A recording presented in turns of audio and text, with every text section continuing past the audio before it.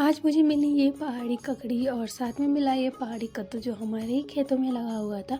तो आज दिन के टाइम से ना लगातार बारिश वगैरह पड़ ही रही थी और शाम तक ये बारिश अभी भी चल ही रही थी।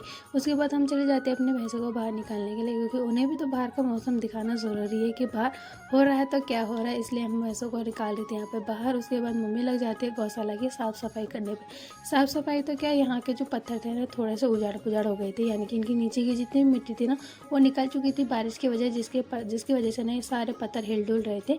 जैसे भैंस इनमें चल रही थी वो और भी ज़्यादा ना दिक्कत कर रहे थे, इसलिए मम्मी यहाँ पे लगी थी उनको सही तरीके से लगाने पे। उसके बाद ना हमने कहा कि इनके ऊपर और नीचे ना थोड़ी बहुत मिट्टी वगैरह भी लगा देंगे ताकि थोड़े से सेट हो जाए अगर बारिश नहीं पड़ी तो।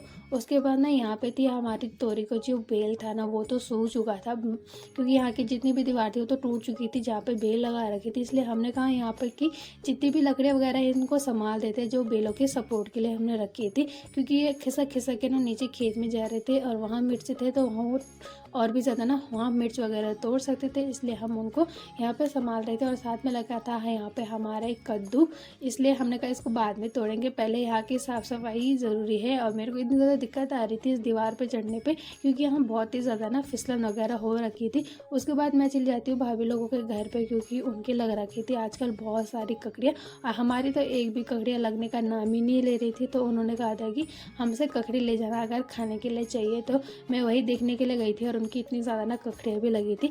तभी बारिश पड़ना दोबारा से स्टार्ट हो चुका था और भाभी छाता लेके ही चली गई खेत में ककड़ी ढूंढने के लिए और दिख भी नहीं रही इतने बड़े बड़े मक्कों के पौधों में। उसके बाद भाभी ले आती है मेरे लिए एक ककड़ी जो इतनी ज़्यादा ना प्यारी हो रखी थी यार, हमारी तो हो ही नहीं रखी, इसलिए हम लोगों से ही मांग के खा रहे हैं अभी फ़िलहाल के लिए। जैसे मैं घर पे पहुंची तब तक देखा तो मम्मी ने यहाँ पे कद्दू तोड़ के टब में रखा था, तो इतना बड़ा देखो हमारे खेत में कद्दू भी हो रखा था।